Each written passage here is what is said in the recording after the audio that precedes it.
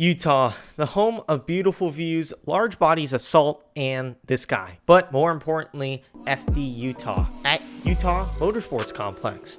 And since this weekend, September 14th through the 16th, is the weekend of FD Utah, I thought, why not make a video talking about how to master the UMC circuit. From last year to this year, there has been a massive change of the track, removing Interclip 2 and making it an entire outer zone. So since qualifying hasn't happened yet, there isn't a run to go off of. However, we're still going to look at last year's run.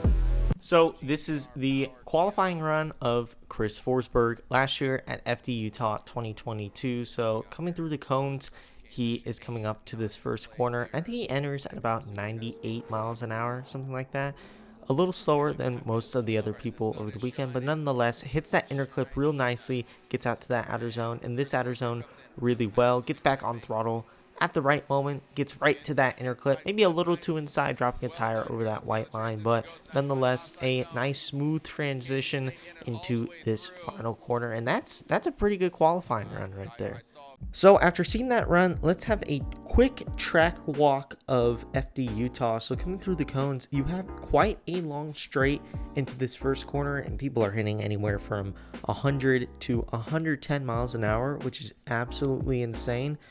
With that being said, you want to start to initiate at that BC Racing sign or the third cone, or if you want to be a little spicy, have a little more angle, at the K&N sign or the second cone should be your last place of initiation. If you're at the one cone, you're flying off the track.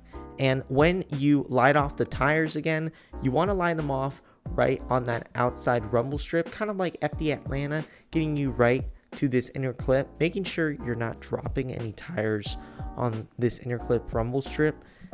Coming off of there, you want to get to this second outer zone, and again, you want to line your car up pretty well, not putting too many tires onto the rumble strip, maybe one at max. If you're putting two off, you're going a little wide, it'll set you up weird for this new part of the track, which is this outer zone, which it's kind of like last year, but it starts a little later and it extends the entire outside corner.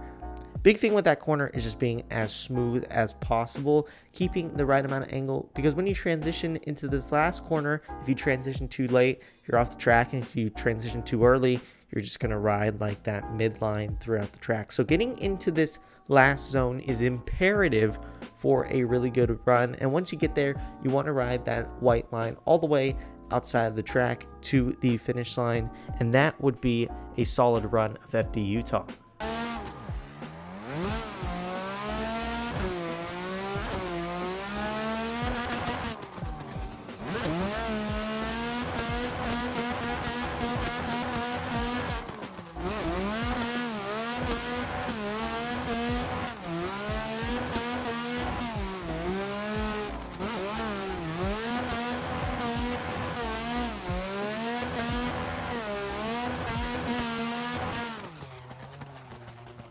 So now that we've seen a sim version of the track, let's dive a little deeper into it. So coming up into the initiation, you want to start to flick pretty early, and again, go the correct direction of where you want the drift to go at that two cone, and line off the tires when you're still on the rumble strip to get you nice into that first inner clip and arc you nice into that first outer zone.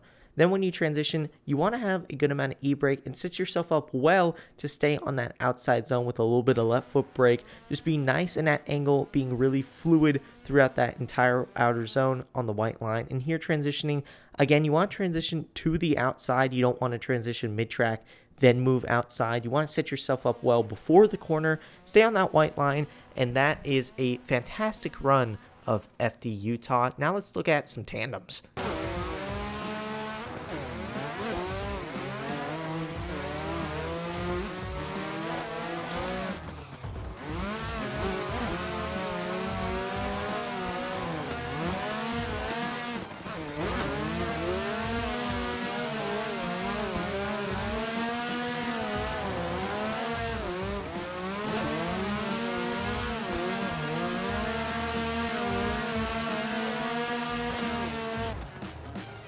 So let's take a look at this tandem, and of course my teammate Kevin Stump being in the lead in the Alex Jaeger car. So coming into this initiation, I really want to slow it down and take a close look at how I'm initiating, especially with a slow car in front of me. So I have a decent amount of room just to be sure that I don't hit him, and I let him initiate how he wants to initiate, and then I initiate directly behind him. Now, coming through this first corner, I do wash slightly wide. I'm right on his rear tire. I'm aiming for his rear tire instead of the door, which I shouldn't be doing, but I transition on his bumper and get back into the pocket come the second corner. And here I want to be aiming just behind the front tire when I am tandeming. This is so I can stay not only on the door but also have a good line, because if I was on the rear fender, I would be off track at this point, and if I was on the front tire, I would not be in the zone. So aiming just behind that front tire, and that transition was really good. Got a little too close there for comfort, but nonetheless getting close. And again, aiming just behind the front tire, so not only am I in the zone, but I am also on his door. Gave him a little glove tap at the end there, and that is a solid tandem run at FD Utah. Well, I hope you guys enjoyed this video. If you have been struggling to drive this track on the sim, hopefully you got some value from this. Make sure to tune in to the live stream and all the social media for Formula Drift Utah, September 14th through the 16th, and cheer on the Forsberg racing crew of Alex Jager and, of course, Chris Forsberg. That being said, if you guys enjoyed, make sure to like and subscribe, and I'll see you guys next week for some more sim racing content.